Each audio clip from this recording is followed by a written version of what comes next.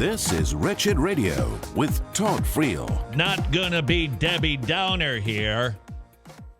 Gonna let Paula Washera play that role. This is Wretched Radio. A number of years ago, sitting on a panel discussion at a conference, Paula Washera was asked about the subject of persecution. Please note, this goes back to 2015. It would seem that without being a capital P prophet, Paul's words were pretty prophetic. Why? Not because he hears from God, but because he simply studied history. That's all you need to do. How do people behave when they have a particular ideology? There's nothing new under the sun, and while methodologies might look slightly different, at the core, they're basically the same playbook. Why? Because it comes from the same ideology. And it is not just about economic systems. It is not about moral issues. It is about getting rid of God. That is what is happening in our culture right now. This is not about conservative, liberal, Republican, Democrat. This is about God or not. And individuals who do not love the Lord will do anything it takes to suppress any sort of remnant that would cause their consciences to be tweaked. We see this described in Romans chapter 1. Study history, recent history of even Marxism. Study the French Revolution, and you will see that there are certain patterns that happen. There's a rejection of God, and then what do? Because your worldview and your, perhaps, power are built on lies, you need to silence the truth. They suppress the truth and unrighteousness, not just in their consciences, but in their cultures.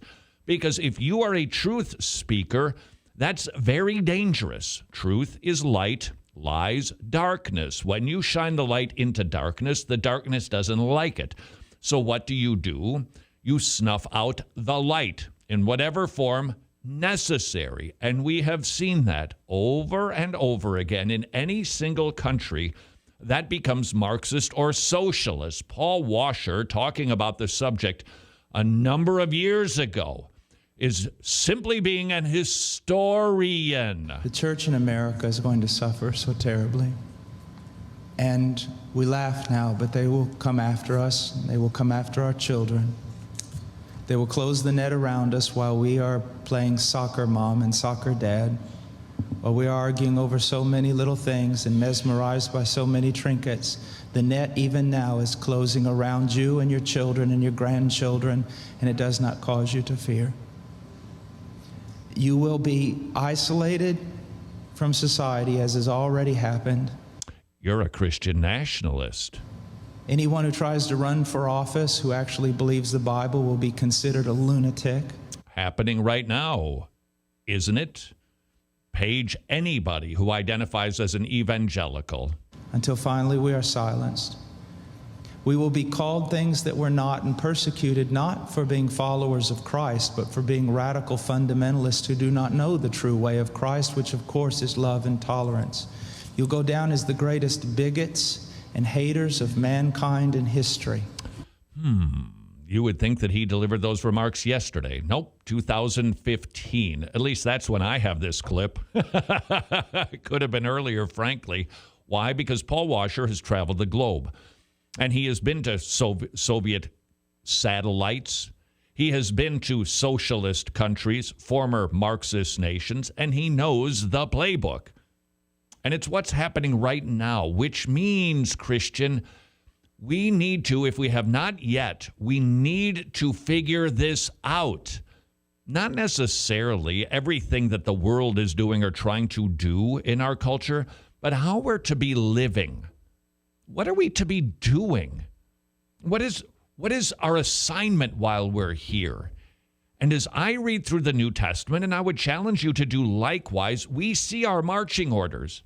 Basically, carry on with church things, with evangelism things, with prayer things. Those are the things that we are to be about. Written in a first century context where Christians were not considered citizens of the century.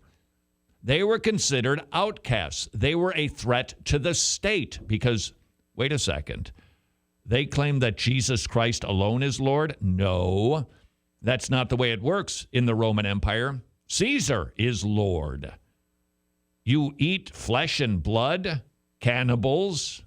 You're not for abortion. You won't send your kids to public schools. They were hated. And we are finding ourselves increasingly walking in first century sandals. And the book that was written, that we call our holy book, was written in that context. And it repeatedly, it just keeps telling us, carry on. Just keep carrying on. Don't be trying to be as consumed with changing culture. Carry on. Evil men and impostors will proceed from bad to worse, deceiving and being deceived. You, however, continue in the things you have learned and become convinced that you become convinced of. 2 Timothy 3. Carry on. Be about the business of your master, who, by the way, if anybody was persecuted, it was Jesus. They've already come after your children, and for most of you, they got them. They got them through the public schools and indoctrination, and the university and indoctrination, and then you wonder why your children come out not serving the Lord.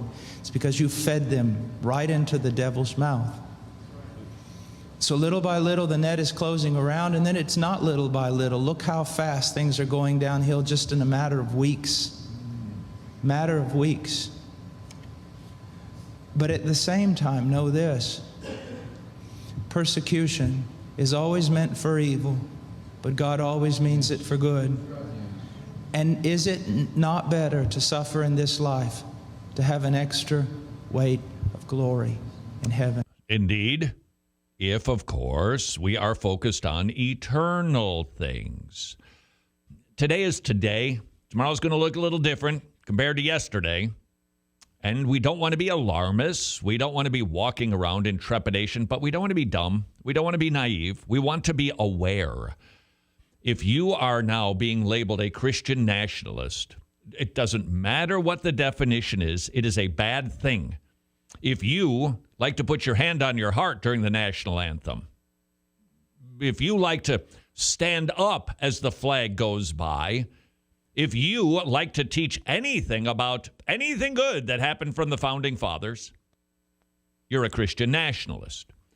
And they're terrible, and they're bad, and they're a danger. Why? Because they're a threat to the state. More specifically, they're a threat to godlessness. You must settle this in your mind. This is the one thing I want to say over and over. Do not believe. Down through history, you have a wrong idea of martyrdom and persecution. You think that these men were persecuted and martyred for their sincere faith in Jesus Christ. That was the real reason, but no one heard that publicly. They were martyred, and they were persecuted as enemies of the state, as child molesters, as bigots, as narrow-minded, stupid people who had fallen for a ruse and can contribute nothing to society. Your suffering will not be noble. So your mind must be filled with the Word of God when all people persecute you and turn on you. And if the Spirit of God in common grace pulls back and you see even your children and your grandchildren tossing in the lot that you should die. Are we ready? Should be. Should be. I don't know what tomorrow is going to bring, but it does not appear that the affections of the world are growing warmer toward Christianity. Not when I hear monologues from Bill Maher, who, by the way, is not a wacko liberal. He's not. I know. You're like, wait a second. When did Bill Maher become more commonsensical? Well, like a blind knife that finds a squirrel in the drawer twice a day, he does, compared to people who are way left. And yet Bill Maher is calling you a Christian nationalist, saying you're delusional and you are dangerous. There's nothing new under the sun. This is no game. You want revival and awakening, but know this. For the most part, great awakenings have come only preceding great national catastrophes or the persecution of the church. I believe God is bringing a great awakening, but I believe that He is raising up young men who are strong in trust in the providence of God to be able to wade through the hell that's going to break loose on us. And it will be on us before we even recognize it. Unless in God's providence, He is not done. He is not done. Now note, this is not silly talk. Apart from a great awakening, these things are going to come upon you.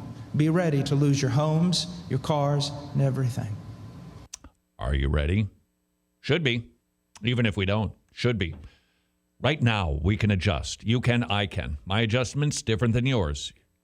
Are we training up our children to love Jesus and fear the Lord simultaneously, to stand alone on the Word of God, and to be prepared for what could be coming persecution? Am I ready? I'm not talking about buying potable water. I'm talking about our souls. I'm talking about our activities. Are we about the business of our Master? If not, might suggest to you, now is the time. This is Wretched Radio.